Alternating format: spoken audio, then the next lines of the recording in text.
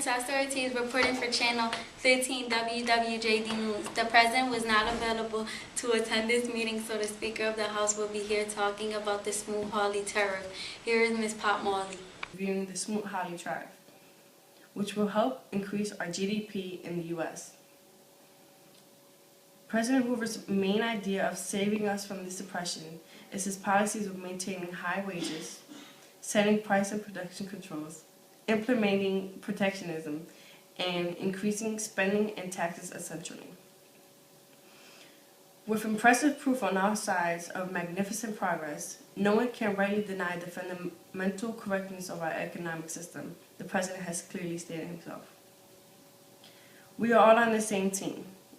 We will fix the problem and find a solution to this dilemma. Just as President Hoover says himself, any lack of confidence in the economic future or the basic strength of the United States is foolish. We can only keep our heads high. We must expect the worst and hope for the best. The production of goods and services are declined, and there is a decline in number of jobs available. Usually this means that there is an increase in unemployment rate. A depression is when the economy is operating below its capability. This is often defined as an unemployment rate below 15% or above. The output of an economy is measured by its gross domestic product. Increase in productivity meant that for the same level of the GDP, there were few jobs. In order to bring the unemployment rate down, the gross domestic product has to be greater than the sum of the growth rate of the productivity and the labor force. My name is Brianna Sotomayor, broadcasting for Channel 15 WWJD News. The United States has begun to emerge from a depression as it borrows and spends $1 billion to build its armed forces. After Hitler declared war, the U.S. turned their worries to defense other than the economy. From 1939 to 1941, when the Japanese attacked Pearl Harbor, U.S. manufacturing will have shot up a phenomenal 50%.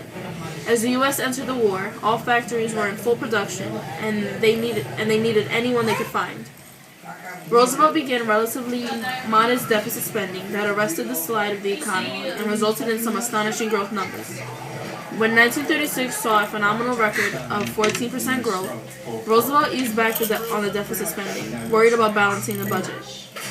But this only caused the economy to slip back into a recession in 1938. Here is a commercial representing what it was like when the economy started booming.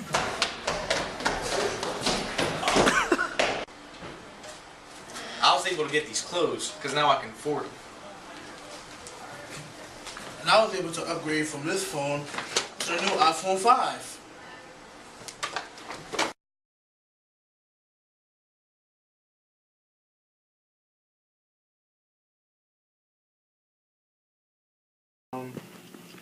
You lived through the Depression, right?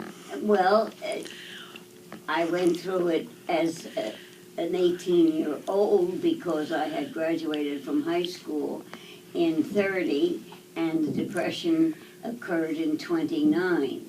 So it was in my years in high school when the Depression occurred. And what I remember most about the Depression is the fact that the banks all closed.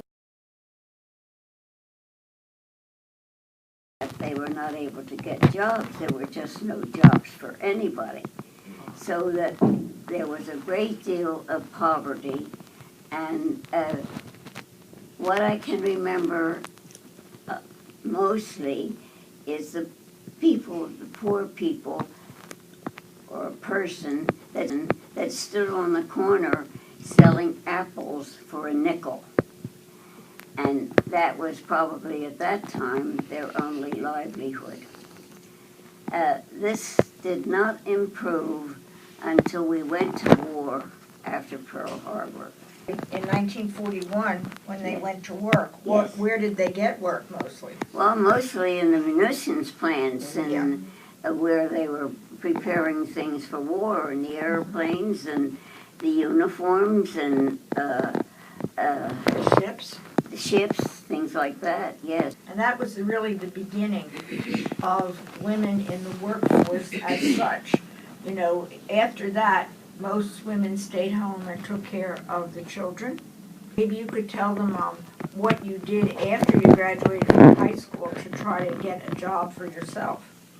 Well,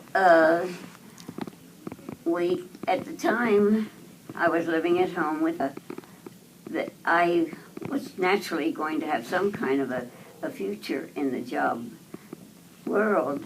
So we considered nursing, but that was discarded, and I went my family doctor suggested the hospital, so I went down to Hahnemann and I registered as a röntgenologist, which is an x-ray technician.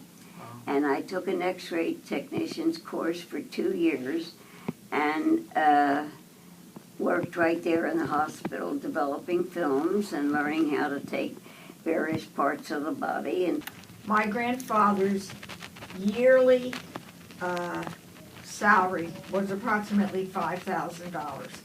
He was sort of a manager in a woman's, what we would call it a haberdashery company. They made ladies like bed jackets, nightgowns, slips, underwear, but they made them by hand, with sewing machine too, but they did all the extra things by hand, putting lace on and all the rest of that, all right?